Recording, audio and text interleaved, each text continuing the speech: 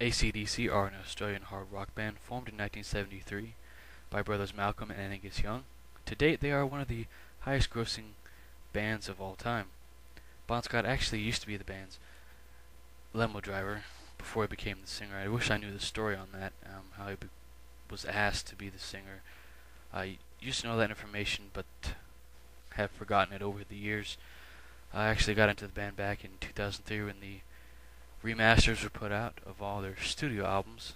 I think they didn't remaster Stiff Upper Lip because at the time it sounds just fine. I mean, I heard some tracks off it, but you got 74 Jailbreak here. This is just a CD of the band's earlier songs. Soul Stripper, Jailbreak, of course, the title track. I don't remember a lot of the tracks on here. I don't have the CD handy. It's somewhere here in my pile of CDs, but well worth owning if you're just getting into the band. Or I'd go with Start Off with Highway to Hell, put out in 1979. The original CDs sound good, and I've heard them. Not too often, but I have heard them. But I do own all of the, just about all the early ACDC studio albums, all the way up to Back in Black, I think. But it'd be interesting if the band's record company did put out a box set of the 2003 remastered CDs. You know, have a complete studio recording type thing, or remastered studio CDs, whatever. High Voltage put out in 1975. You have the song Soul Stripper, Love Song, Baby Please Don't Go, the title track. This is well worth owning in my opinion. Sounds great as a part of the 2003 remastered set. You can probably find the remastered CDs really cheap now. Get them in the used shops. Since they've been out for a while, I'm surprised that the band's record company has not remastered the CDs again. Because a lot of record companies are guilty of doing that, remastering their, best selling artists over and over again in order to make a buck off the fans. And I've seen all these remasters, and I bought most of the ones that have come out of the classic rock era of music, and I'm actually gonna quit doing that because it starts becoming a waste of money when you keep rebuying the same shit and then selling the older prints of the CDs. It's just a waste. 1975, we saw the band release TNT. You have the songs like It's a Long Way to the Top, The Jack, the title track, Can I Sit Next to You Girl, and Livewire. Great album. 1976, the band released 30 Ds, Done Dirt Cheap. You have Big Balls, Right On, and Jailbreak. That's the Australian track listing. Jailbreak was not on the American version of the album. Strangely enough, I don't own any of ACDC's LPs, the remastered or the originals. Just didn't see a reason to get them, since the 2003 remastered CDs sound phenomenal. And I'll talk about that later on in this video. Very cool cover here. It's iconic. They could take away the the name of the album and the band's name, and people would know just what it is. That would have been a little more interesting in my opinion. But then again, I'm used to Pink Floyd LPs looking the way they do. 1977, Let There Be Rock was released. You have songs like Dog Eat Dog, the title track, Hell Ain't a Bad Place to Be, and Whole Lotta Rosie. This is a great album. You have the live album cover here.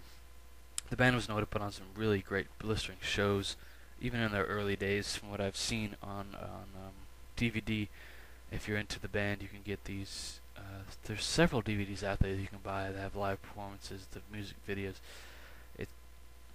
It's not to a point to where it's annoying, but the record company has catered to the fans in terms of footage and interviews.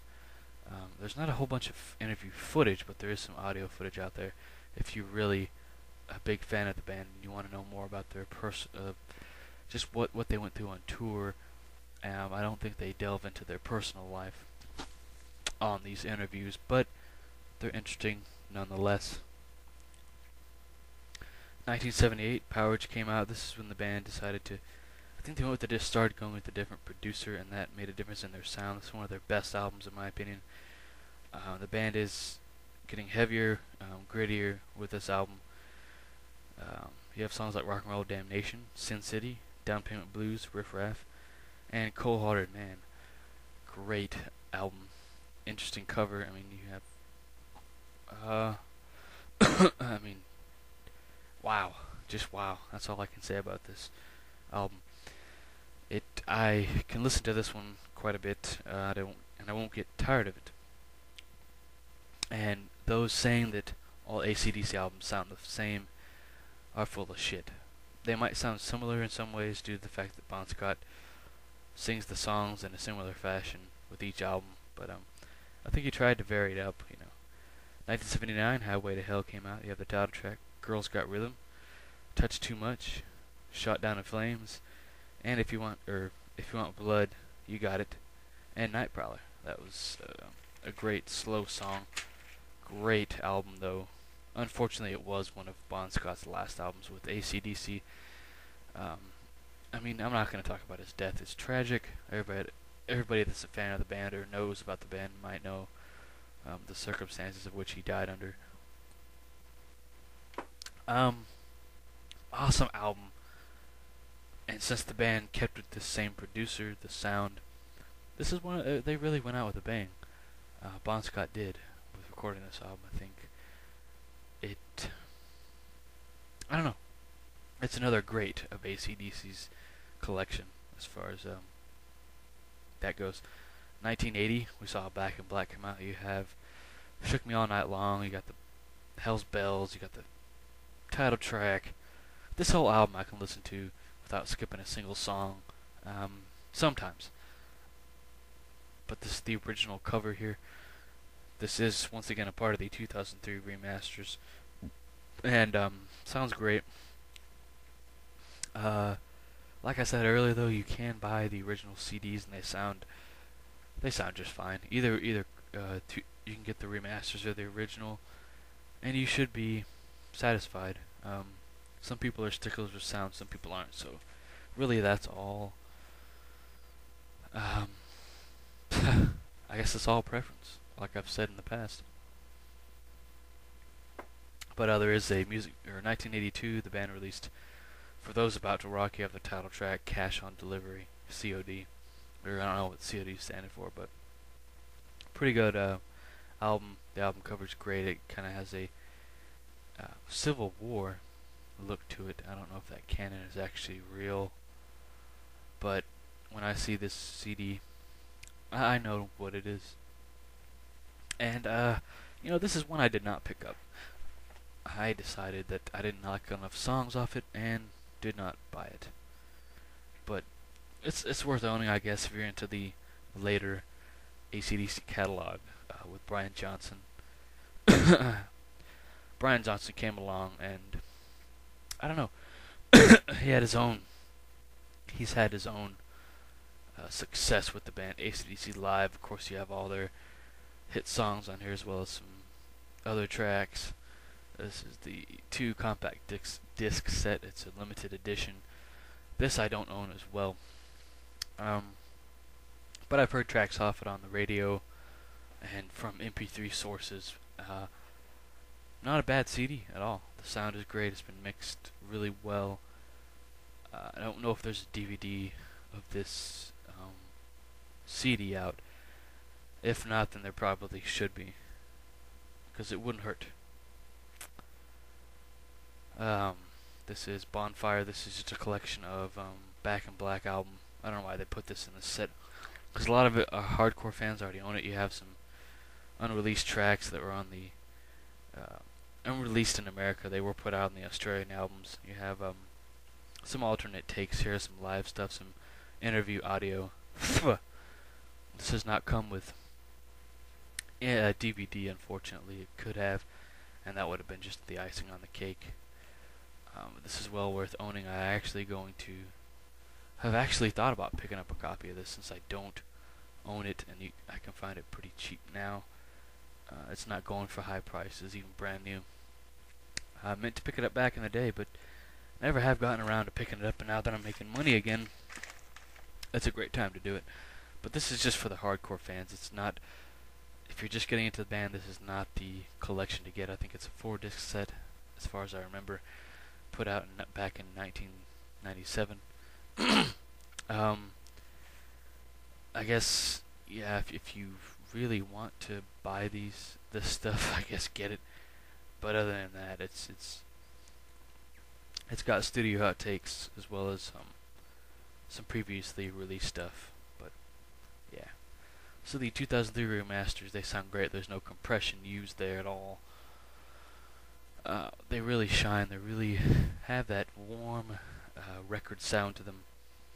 And that's why I picked up all the early ACDC albums in those Digipack 2003 remastered um, packages.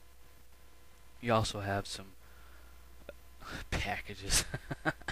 You also have some unreleased photos inside the booklet that comes with each album. Couldn't ask for any more from the packaging. The CDs they hold tight in the jewel case, or in the Digipack holder, CD holder thing. I guess if you have a really good system, crank it when you're listening to this, because there's no loudness or any compression used here, so you're not going to be disappointed by the sound at all if you're strictly for sound. Family Jewels DVD, this is put out in 05, I think.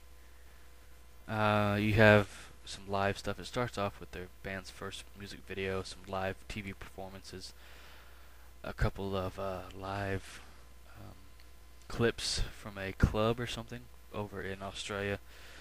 You have pretty much all the band's music videos.